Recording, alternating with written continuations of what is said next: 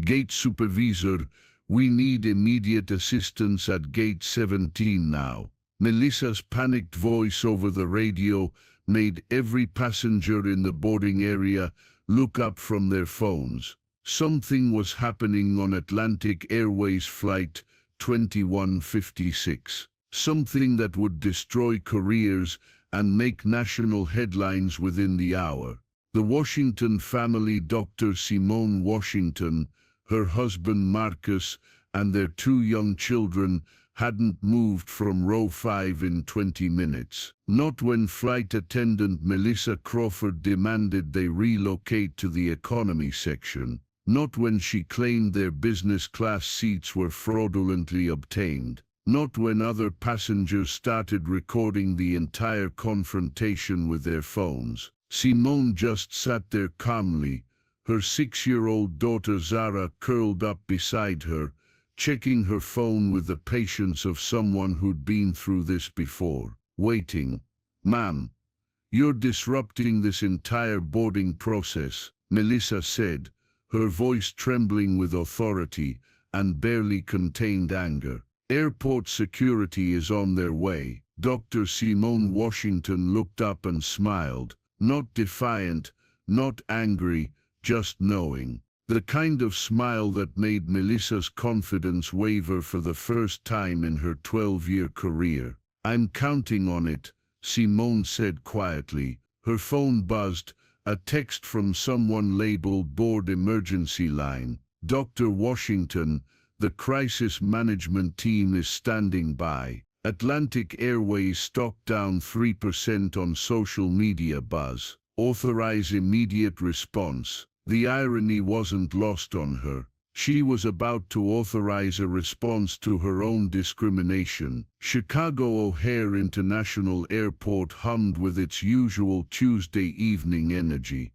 Gate 17 buzzed with passengers preparing to board Atlantic Airways Flight 2156 to Miami, a routine route that carried business travelers, families and tourists to the Florida sunshine. Flight attendant Melissa Crawford had worked this route hundreds of times. She prided herself on running an orderly cabin, maintaining the premium experience that business class passengers expected. Which is why something felt wrong when she noticed the family in row 5. A black woman in her 30s wearing a simple blue sweater and dark jeans. Her husband, also black, dressed in khakis and a polo shirt. 2 children, a girl about 6 with beautiful braids, and a boy maybe 8 years old, both dressed in what looked like department store clothes. Nothing about their appearance screamed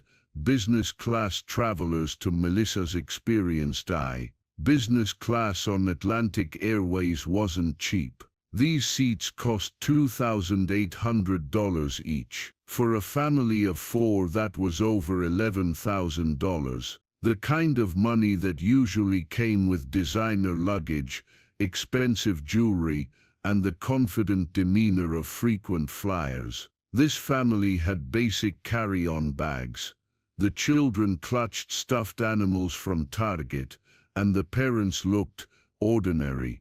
Too ordinary for business class. Melissa had been with Atlantic Airways for 12 years. She'd developed an instinct for these things. Passengers sometimes tried to scam their way into premium cabins using fake confirmations, expired upgrades, or stolen credit cards. It was her job to catch these discrepancies before they became problems. "Excuse me," Melissa approached with her practiced customer service smile, the one that conveyed authority wrapped in politeness. "I need to verify your seat assignments."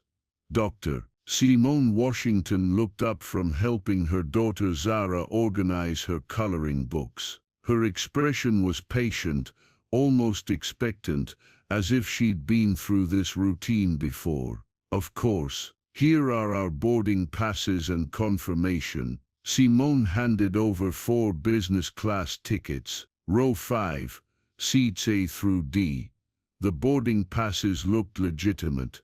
proper Atlantic Airways formatting, correct flight number, valid confirmation code. But Melissa's suspicion only deepened. The reservation showed full-price tickets purchased 3 months in advance. No upgrades, no awards redemption, no corporate discounts. Someone had paid $11,200 in cash for these seats. Ma'am, I'm going to need to see additional documentation. These business class seats require verification of payment method. Marcus Washington, Simone's husband, looked confused. Verification? We've been flying Atlantic Airways for years. This is the first time anyone's asked for payment verification after we've already boarded. Melissa studied the family more carefully. The woman's sweater looked nice but not expensive. The man's watch was a basic Timex, not the Rolex or Omega she typically saw in business class. The children's shoes were clean but clearly from a chain store. Her 12 years of experience told her something was off. Sir, sometimes our booking system has glitches. Premium cabin seats can be mistakenly assigned when payment doesn't process correctly. I need to verify with customer service before we can proceed. Our payment processed fine 3 months ago, Simone said calmly. We have the confirmation email, the credit card charge, and the seat selection receipt. What additional verification do you need? Melissa felt a flush of irritation. Passengers who questioned her authority usually had something to hide. Ma'am, I'm the senior flight attendant on this aircraft.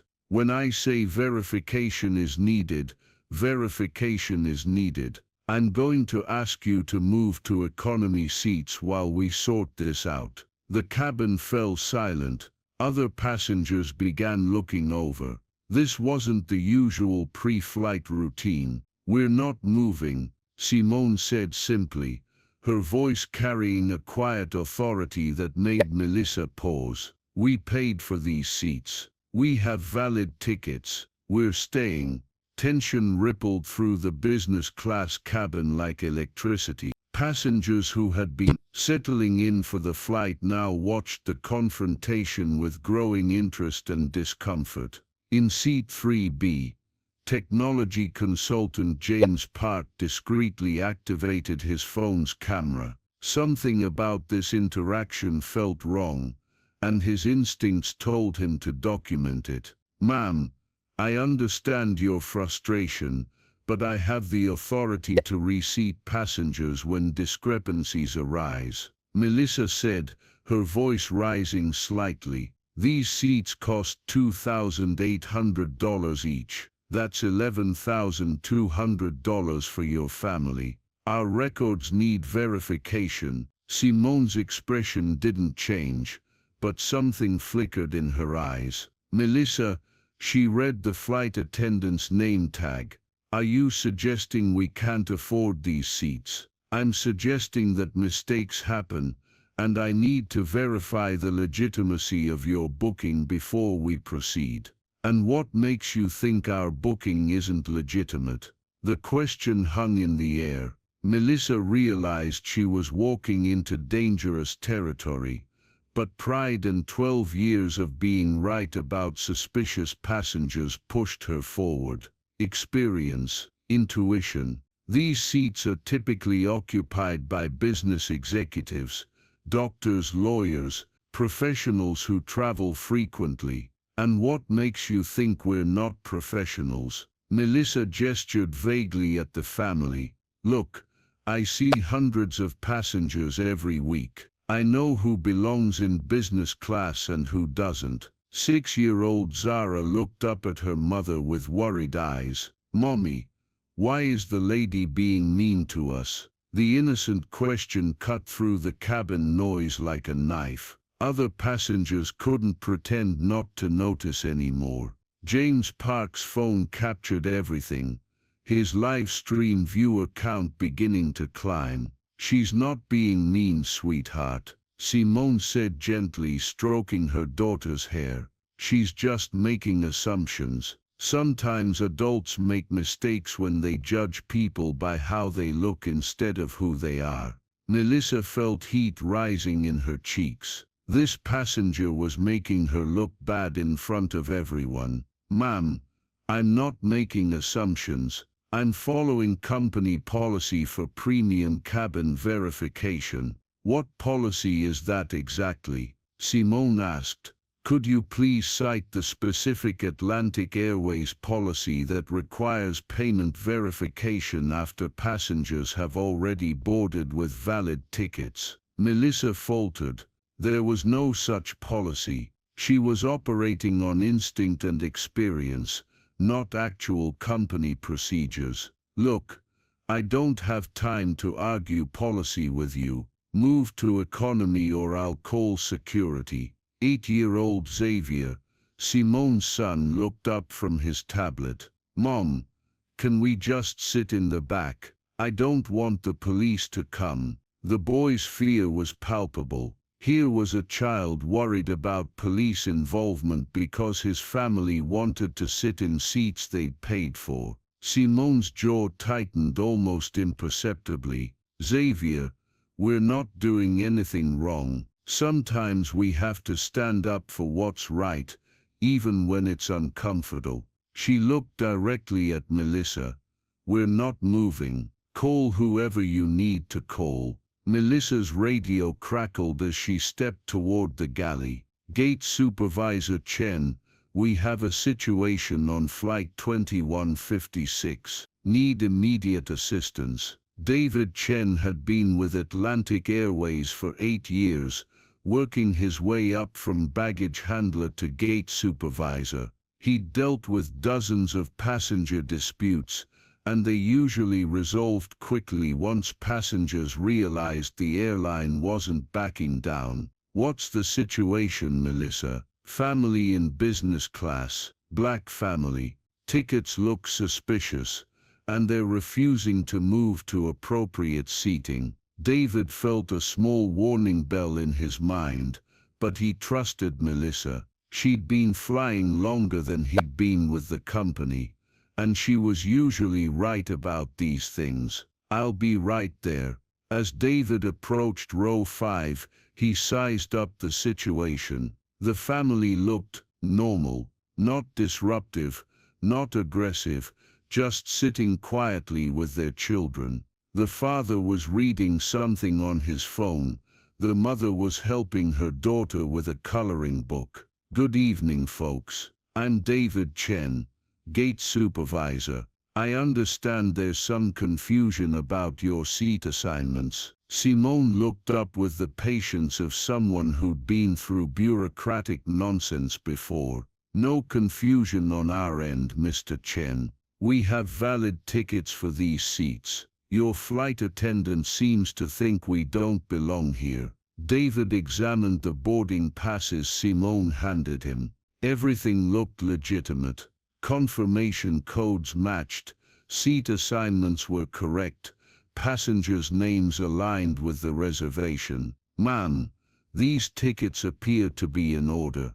"Melissa, what specific concerns do you have?" Melissa moved closer, lowering her voice but not enough to prevent other passengers from hearing. "David, look at them. Really look.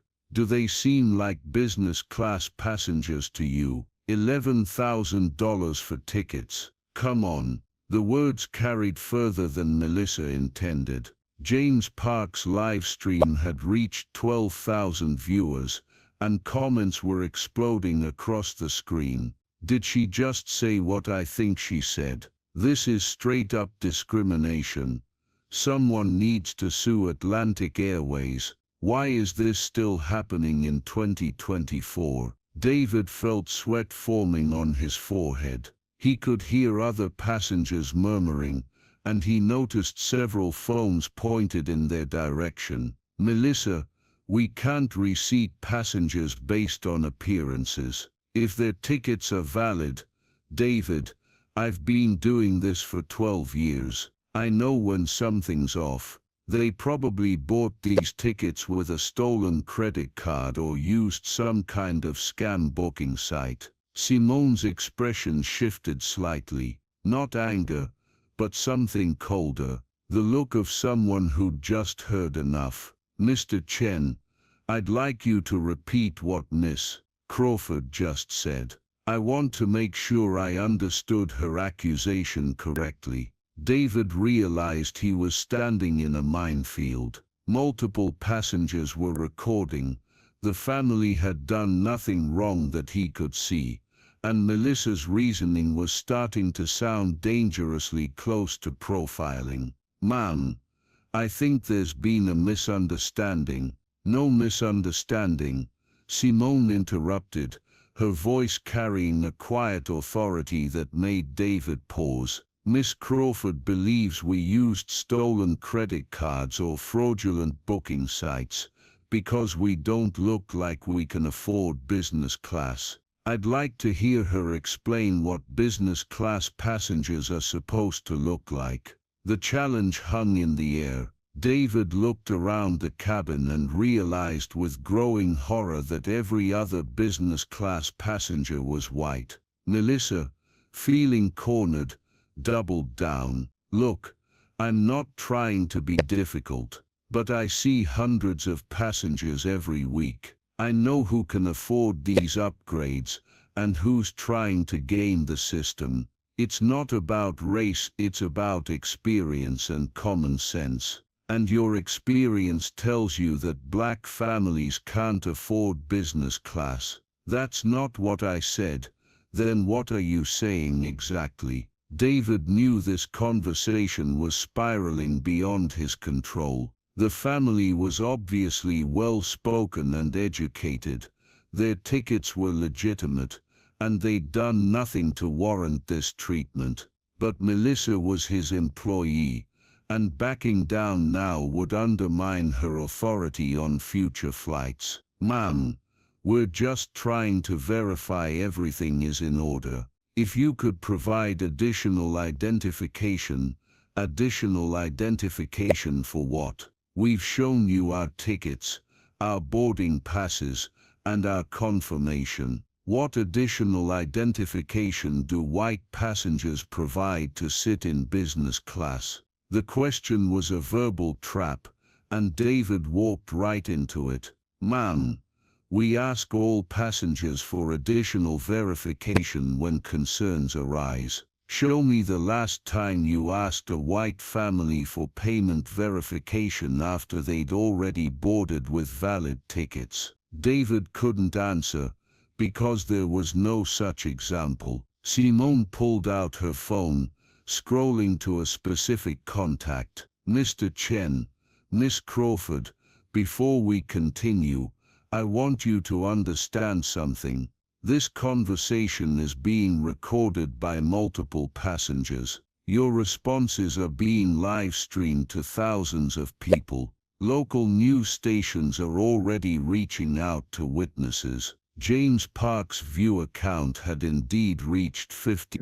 Atlanta news outlets were messaging him directly, asking for permission to use his footage. Ma'am, are you threatening us? Melissa asked, her voice rising. I'm informing you of reality.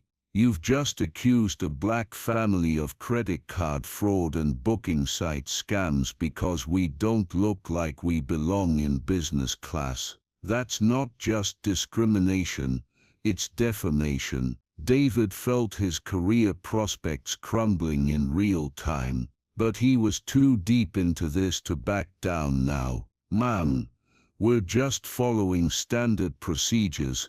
Whose standard procedures? Show me the Atlantic Airways policy manual that authorizes payment verification based on passenger appearance. Another question David couldn't answer. Simone's finger hovered over a contact labeled Linda, Executive Office. Mr. Chen, Miss Crawford, final question before I make a phone call that's going to change everyone's day. Are you both comfortable defending your actions to Atlantic Airways corporate headquarters?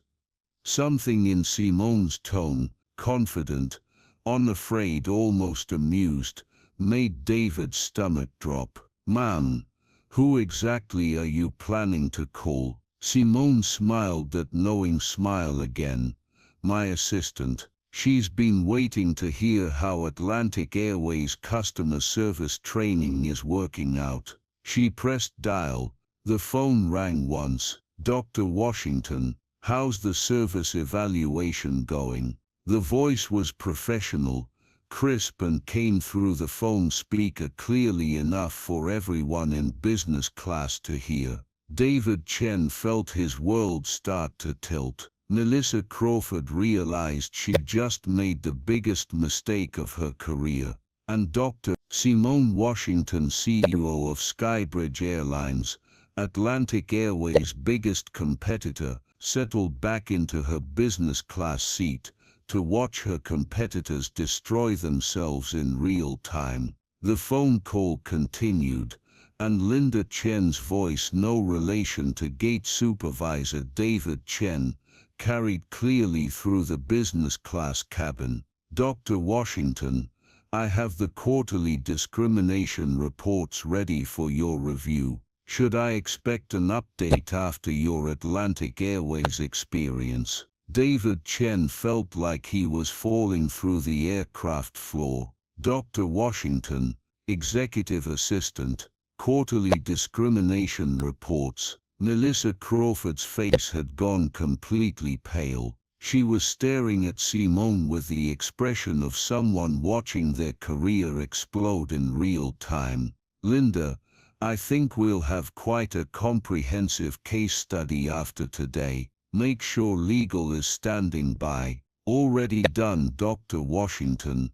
Will you need the PR crisis team activated?" "That depends on how Atlantic Airways handles the next few minutes." Simone ended the call and looked directly at David and Melissa, who were both frozen in place. "Now then, would you like to continue questioning the legitimacy of my business class tickets?" James Park's live stream had exploded to 25,000 viewers. Comments were flooding faster than the platform could process. "CEO of competing airline testing the competition. Atlantic Airways is about to get destroyed. This is the best thing I've ever seen live. Screenshot everything. This is going viral." Other passengers in business class had stopped pretending not to listen. The elderly woman in 2A was openly recording with her iPad. The businessman in 4C had paused his laptop work to watch the drama unfold. Marcus Washington, who had been quietly supportive throughout the confrontation, finally spoke up. "Honey, should I call our lawyer? Or do you think Atlantic Airways would prefer to handle this internally?" "That depends," Simone replied, not taking her eyes off David and Melissa. "Chen and Miss Crawford are authorized to settle discrimination lawsuits on behalf of Atlantic Airways." David found his voice, though it came out as barely more than a whisper. "Ma'am, if you're who I think you are, we had no way of knowing what, Mr. Chen, that I'm the CEO of an airline, and how exactly would that change the fact that you accused me of credit card fraud, based on the color of my skin?" Melissa tried to salvage the situation. "Dr. Washington, we were just following standard verification procedures, Miss Crawford. I've been in the airline industry for 50. There are no standard verification procedures for passengers who have already boarded with valid tickets. You made assumptions about my family based on our race, and now you're trying to cover it up with non-existent policies." The cabin was dead silent except for the quiet hum of the aircraft systems. Every passenger was listening to every word. Furthermore, Simone continued, her voice taking on the authority of someone used to running board meetings.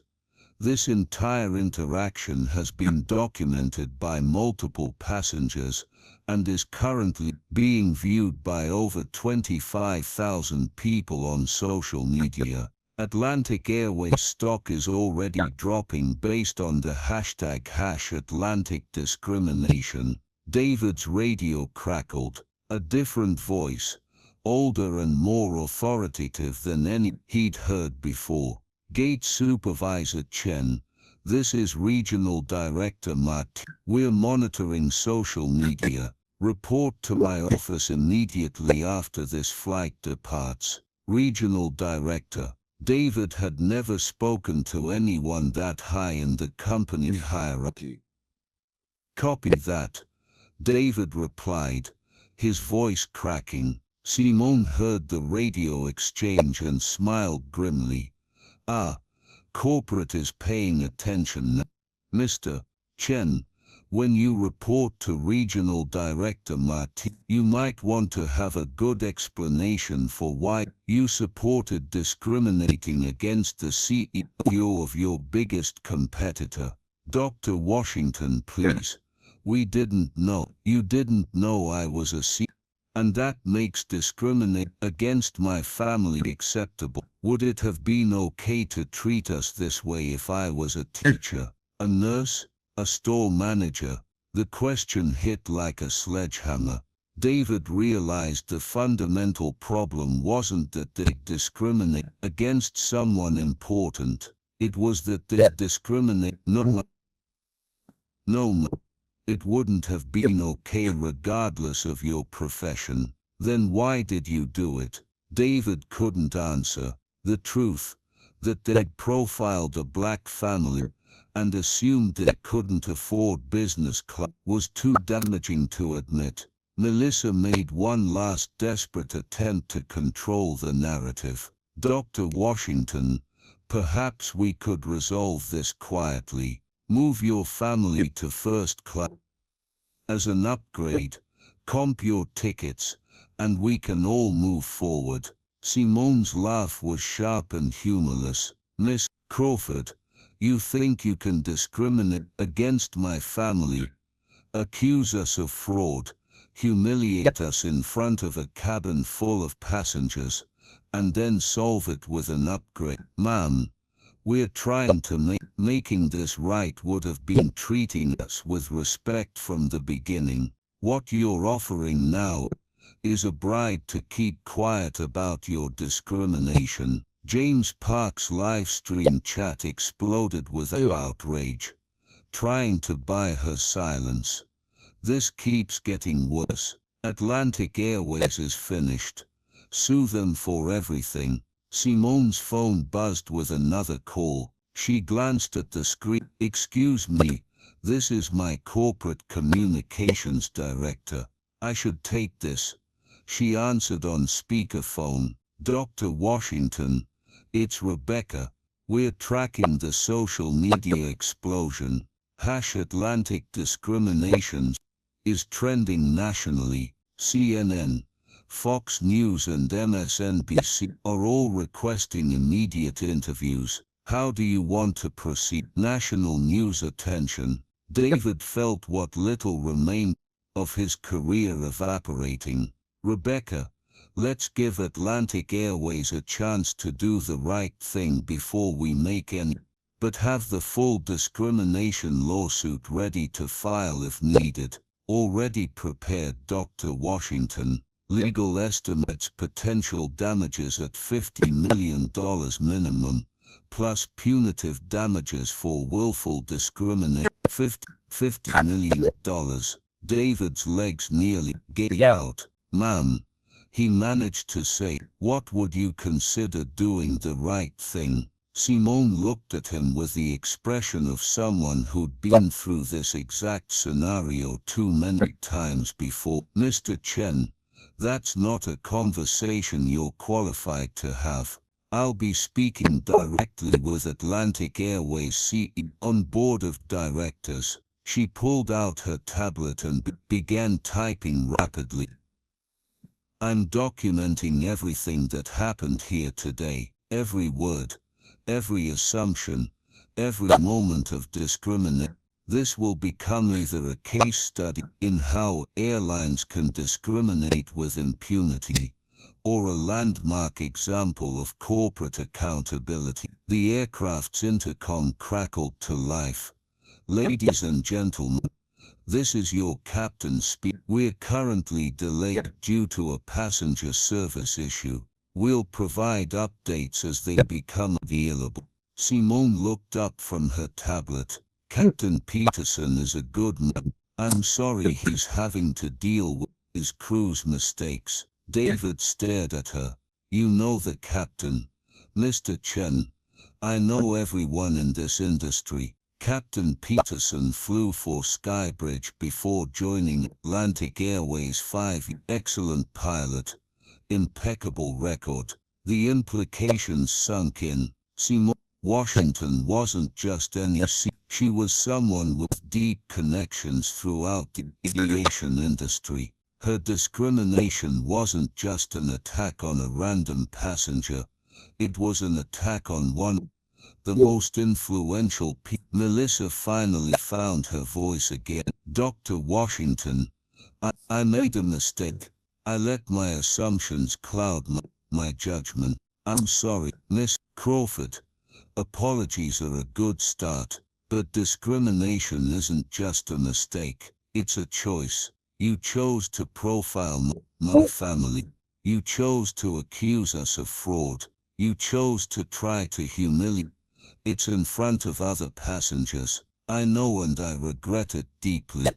Regret isn't enough. Change is required. Simone's tablet chimed with incoming messages. She glanced at the screen and sighed. Mr. Chen, your CEO is calling my office. Your stock price has dropped 8% in the last 30 minutes. Your PR department is in full crisis mode. She looked around the cabin at the passengers who had witnessed everything. Ladies and gentlemen, you've just seen institutional discrimination in not the obvious kind with slurs and violence, but the polite, professional kind that's much more common, and arguably more dangerous. Her voice carried to every corner of business class. This is how bias works in corporate America. Assumptions masquerading as experience, prejudice disguised as policy, discrimination wrapped in customer service. James Park's view count had reached 40,000. News outlets were now broadcasting his stream directly. The question now is whether Atlantic Airways will use this as an opportunity to examine and fix their culture, or whether they'll try to minimize and cover up what happened here. Simone's phone rang again. This time, the caller ID showed Thomas Morrison, CEO, Atlantic Airways. She looked at David and Melissa with something that might have been pity. Gentlemen, it appears your CEO wants to have a conversation. Suggest you both find seats and prepare for a very long flight.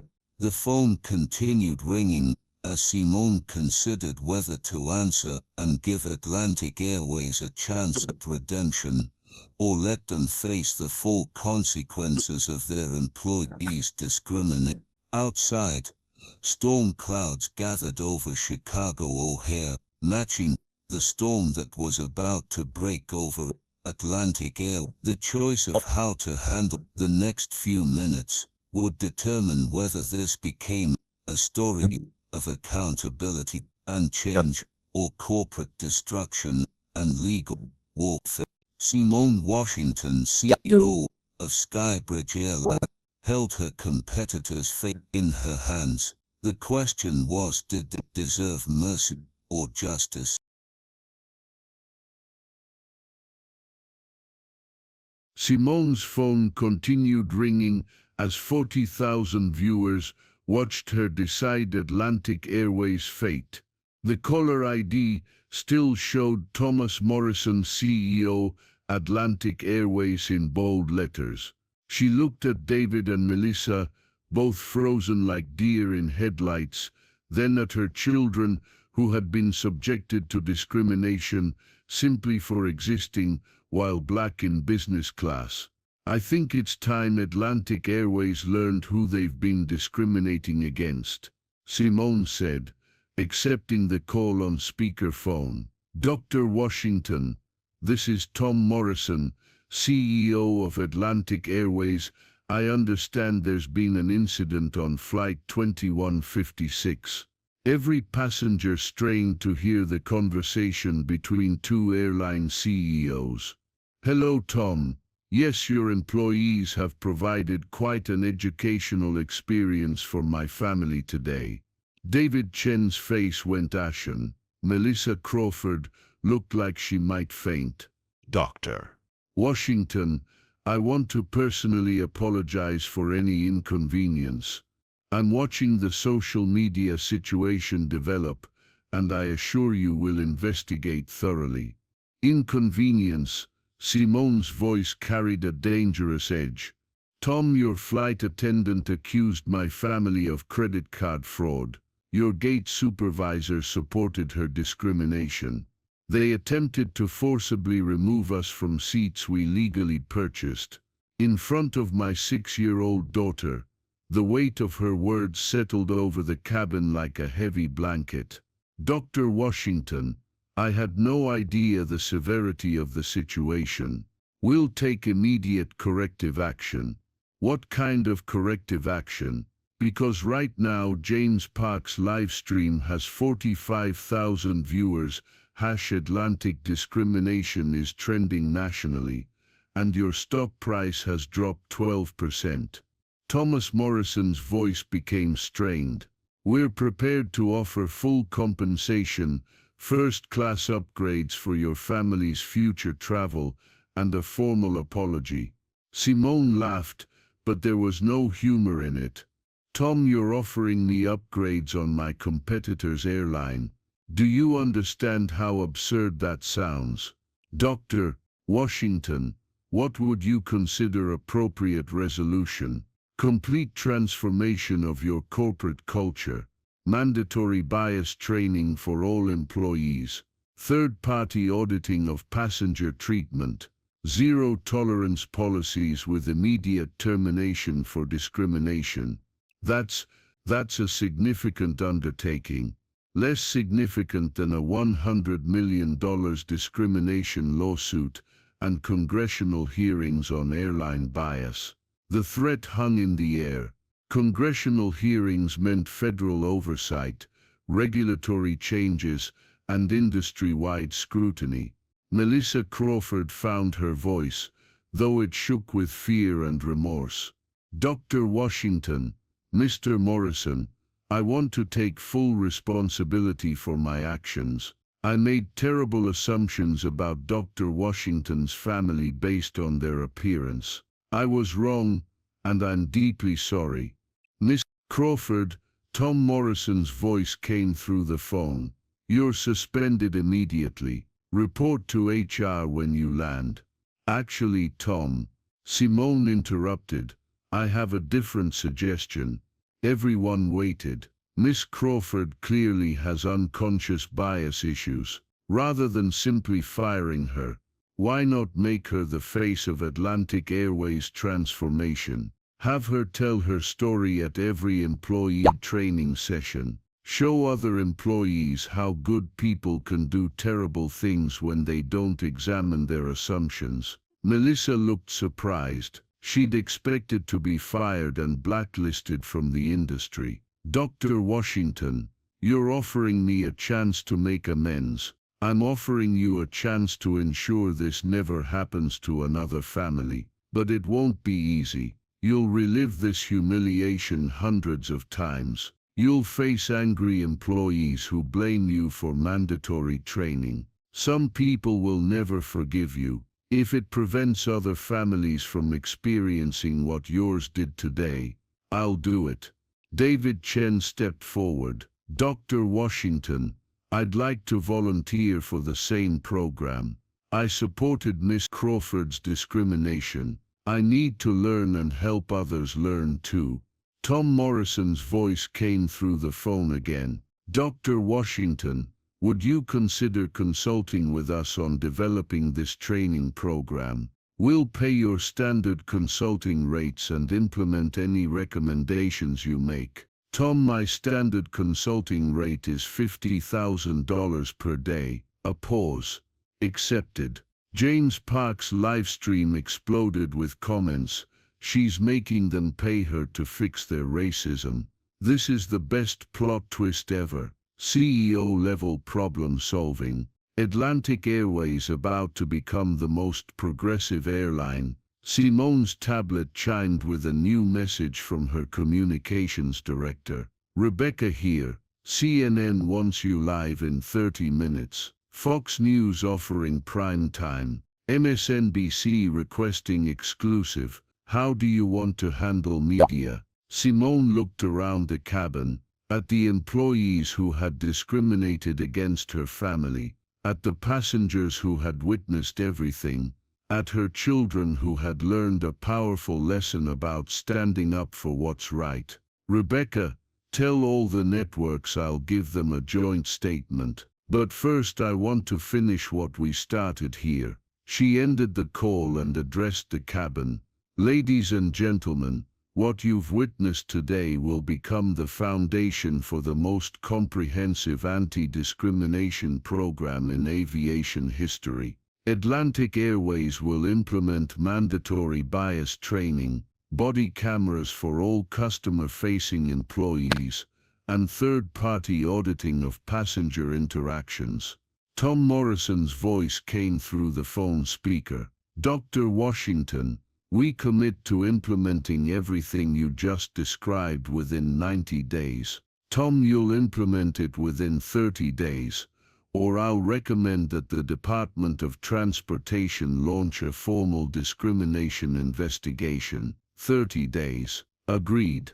Simone turned to Melissa and David. You two have a choice. Become advocates for change and help transform this industry, or face termination and possible legal action. What's it going to be? Advocate for change, Melissa said immediately. Same here, David added. Dr. Washington, how do we start? By admitting that what happened today wasn't an isolated incident.